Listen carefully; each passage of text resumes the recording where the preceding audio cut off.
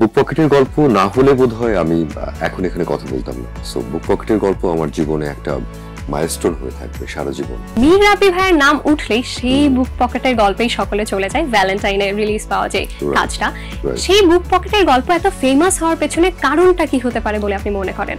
কারণটা হচ্ছে সবার আগে জাহিদ প্রীতমের লেখনী, তার নির্মাণ এবং তার সাহস, এবং দ্বিতীয় প্রধান কারণ হচ্ছে সাধারণ দর্শক যারা অসাধারণ।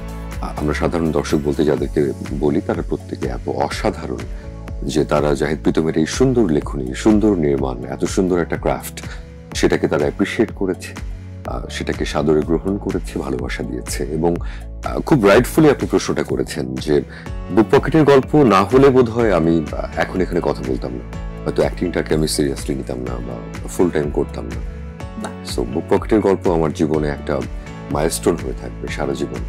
আমরা নাটকে দেখে থাকি আপনি একটা ক্যান্সার পেশেন্টের সঙ্গে প্রেমময় সম্পর্কে জড়িয়ে পড়েন। বাস্তব জীবনে যদি এরকম কখনো হয়, একটা মেয়ের ক্যান্সার হয়েছে এবং আপনি তার প্রেমে পড়েছেন, তাকে কি আপনি জীবন সঙ্গী বানাবেন? আমাদের মানে রোগ বা আমাদের বিপদ বা আমাদের সংকট, সেটা তো কারোর মানে কাউকে বলে করে আসে না, খুব প্ল্যান করে আসে না।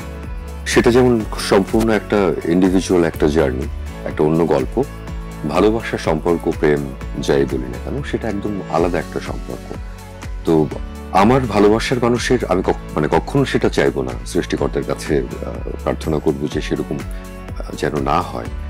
আমার ভালোবাসার মানুষের যে কোনো কিছুই তখন সেটা আমার, আমি সেটার পার্ট। আর আমি যদি কাউকে ভালোবেসে ফেলি বা ভালোবাসার মতো অনুভূতি কারোর জন্য তৈরি হয়, তখন তার ফ্লস বলি, তার অসুখ বলি, তার সুখ বলি, সবকিছুই তখন সেটাও আমার।